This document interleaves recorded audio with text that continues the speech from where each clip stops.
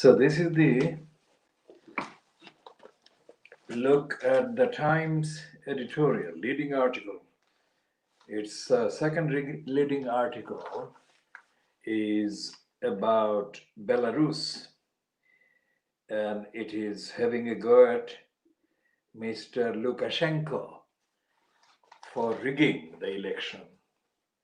So that's number two editorial. The first one is in support of Boris Johnson continuing the hard immunity agenda by exposing school children to possible threat of widespread infection.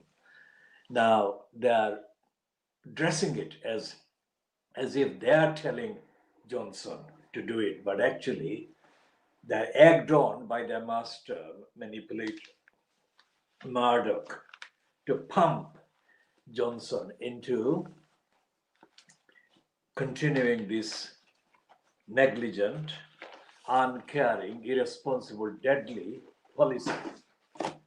The policy that the world socialists on their website have called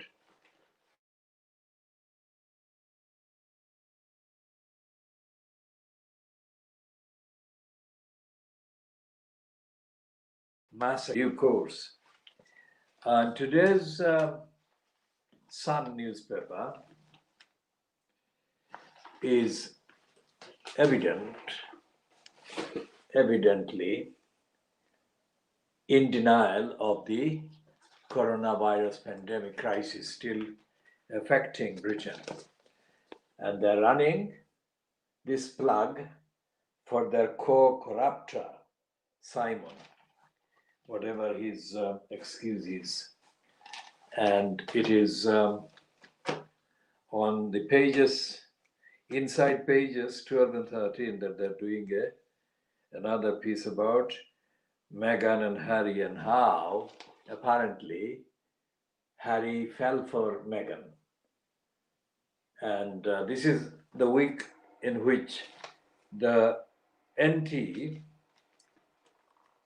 and anti-Harry, because of Meghan, anti-Harry racists in the Fleet Street tabloids and the other media are continuing the attack on the couple, and they are now saying that according to this new so-called biography,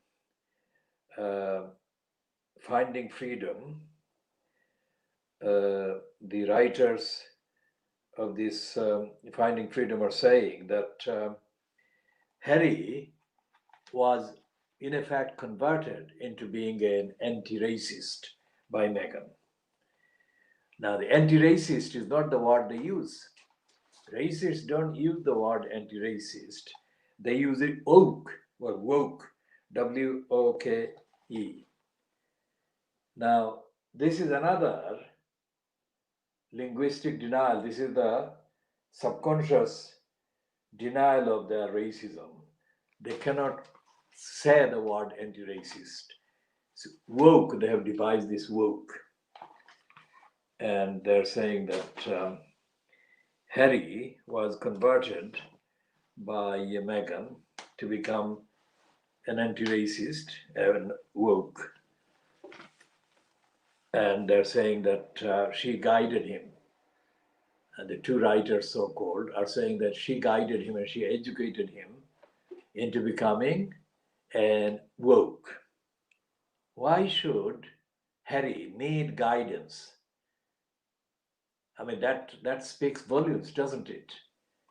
And why should there be a need for him to reveal whether he thinks racism is not okay? And why should a second person or a third person or a fourth person, these two writers and Meghan herself, have to teach Harry to see that racism was not acceptable, that it's bad, and it's seriously bad, and it needs ending, not just being stood up to.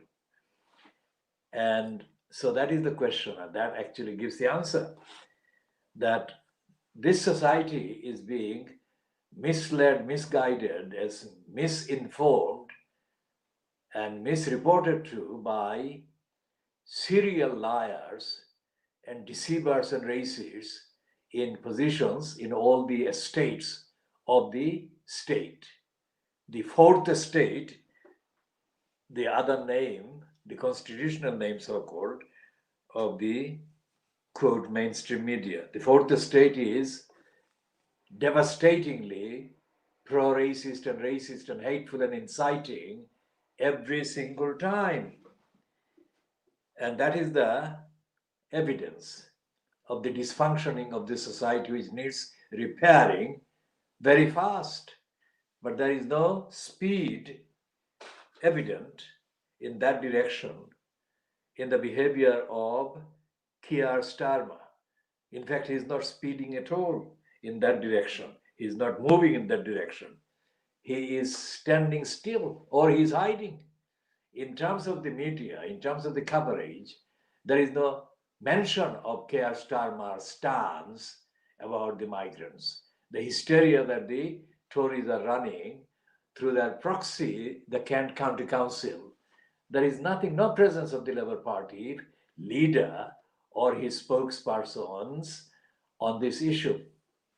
So the main running is being done by Nigel Farage, Boris Johnson, Priti Patel, Kent County Council's leader, so-called Gao, the Tory, and their vehicles of racist hatred. The local paper, Kent Online, or the news website, the local news website, has broadcast a podcast today, which is absolutely stupid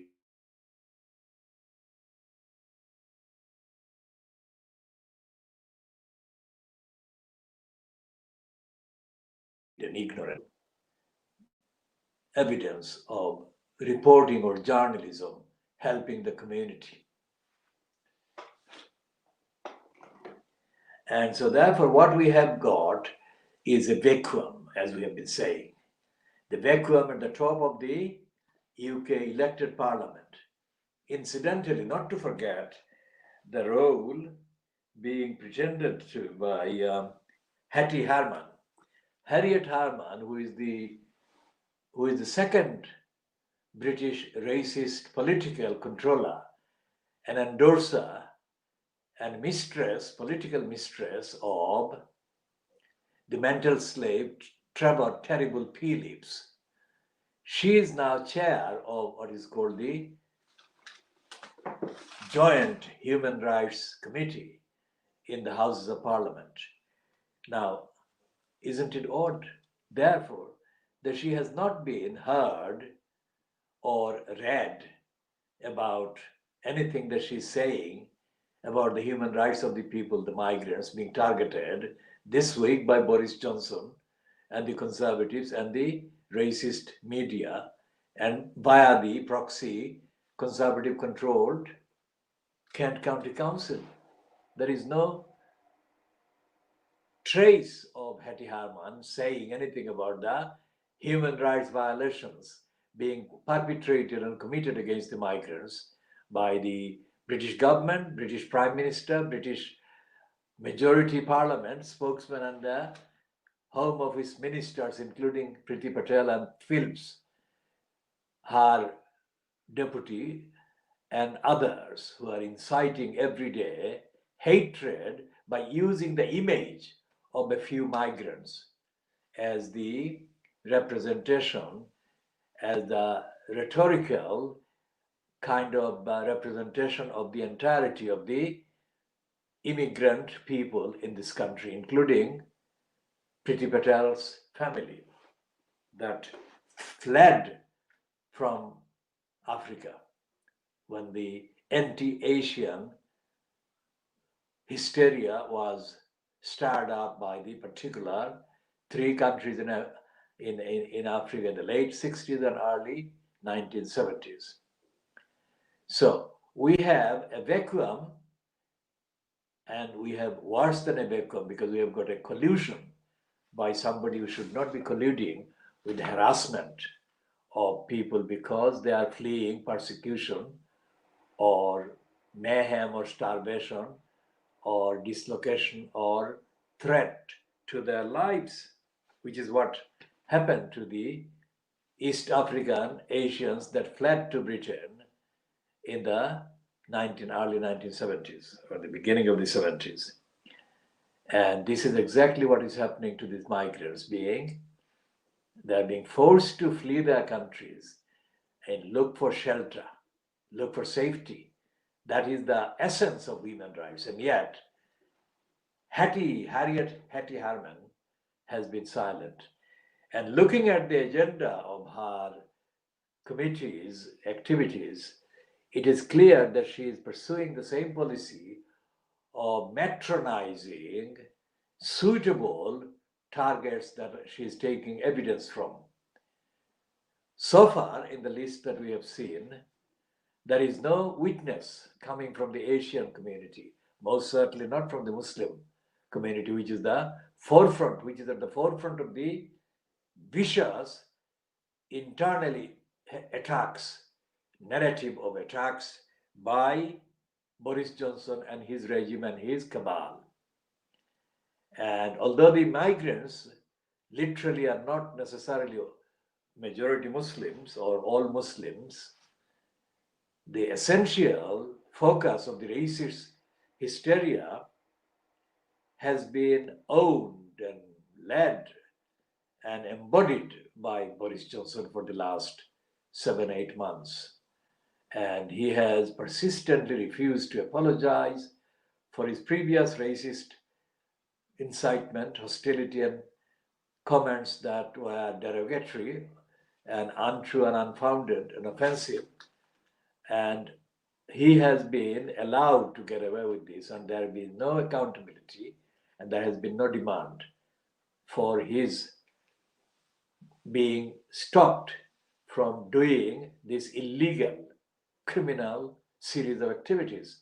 Now, as a forensic, so-called licensed law trader, this behavior by Boris Johnson should have prompted Keir Starmer, the former director of public prosecutions, no less, to asking for prosecution of Boris Johnson or prosecution of anyone who is inciting racist hatred.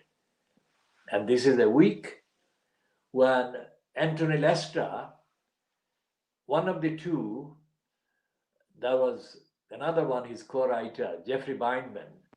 So Anthony Lester and Jeffrey Bindman were the two lawyers or scholars into legal history of racist Britain that wrote mostly about race relations and the history of the racist imperial kind of records. And their book, Race and Law, or Words to that Effect, was the only one that actually named T.B. Macaulay, Thomas Babington Macaulay, and quoted extensively from Macaulay's book of the 1830s, or his speeches, in which he said that in India, that was the India which was Bangladesh, India, and Pakistan of today, as under the British, quote, rule in 1830s, he said that the Indians, that is Bangladeshis, Pakistanis, and Indians of today, should be stopped from learning and using their own languages, Hindi for Hindus and Urdu for Muslims. He didn't mention Bengali or Bangla as far as that particular quotation from Jeffrey Bindman and Anthony Lester is concerned, but he might have done by implication. He must have done, because there are hundreds, not dozens, hundreds of languages across the subcontinent. But the prominent ones, for all kinds of historic reasons, are the Hindi one and the Urdu one, and the Sanskrit, of course. And when you talk about Sanskrit, you talk about the Arabic as well, in relation to Urdu as the counterpart, corresponding kind of linguistic origin. Now, Anthony Lester was the only British kind of legal scholar that actually did the necessary publicly known necessary studies into racist Britain, and Geoffrey Bindman, of course. And Bindman and Lester together, they created a kind of first in two white men acknowledging the racist nature of the law and the racist origins of the law in Britain. So in this week, when Anthony Lester has died, with him has died the living connection with the fight for human rights in this country, as evident in the battles after the end of the so-called Second World War. And Lester, unfortunately, was not recognized by the Labour Party as the scholar, the contributor, in the way that he should have been recognized, nor was Bindman for that particular study and that particular work. And Hattie Harman does not come anywhere near either of those two in that particular role, in that particular context. So, a time when the work that Lester and Bindman did is needed more and is needed to be updated by action by the Labour Party and others in upholding the rights of the people whose human rights are being violated in an updated imperialistic racist way, there is no action. And the wrong person is in the wrong post in the wrongly named committee. It is called the Human Rights Committee, but it is not at all involved in upholding human rights. And look at the standing orders underlying the setting up of these committees, including this Human Rights Committee. We cannot read this on screen here in this particular test mode of this production, but we shall be posting it online. And what is happening is that in the standing orders underlying the setting up of this joint Human Rights Committee, there is no evidence, there is no indication, there is no clue, there is no encouragement as to how human rights would be upheld by the work of this committee. The maximum that it can do is to recommend, make recommendations, etc., etc. It doesn't mention human rights in the actual standing orders. This is significant. Nothing in the unwritten constitution precludes or prevents the inclusion expressly of the mandate about human rights, and yet they don't mention it. And it's not accidental. Hattie Harman has been floating in the British House of Commons for decades, looking for a spot as the front person. And the latest one she failed to get hold of was as the Speaker of the House of Commons after Barker resigned. And she didn't get the maximum vote for the Labour Party's kind of candidates, if you like, or candidates who came from the Labour Party, Parliamentary Labour Party. I mean, the MP Chris Bryant got more votes than Hattie Harman. So that shows that she has not really made any impact on the majority of the MPs in the House of Commons with her record. And that is what I'm saying about this Joint Human Rights Committee, because she is actually abusing that word, human rights, or that phrase, human rights, and that position. And she will not be actually vigorously advocating the upholding of human rights in Britain, either in the legislative process or in the actual monitoring of the government.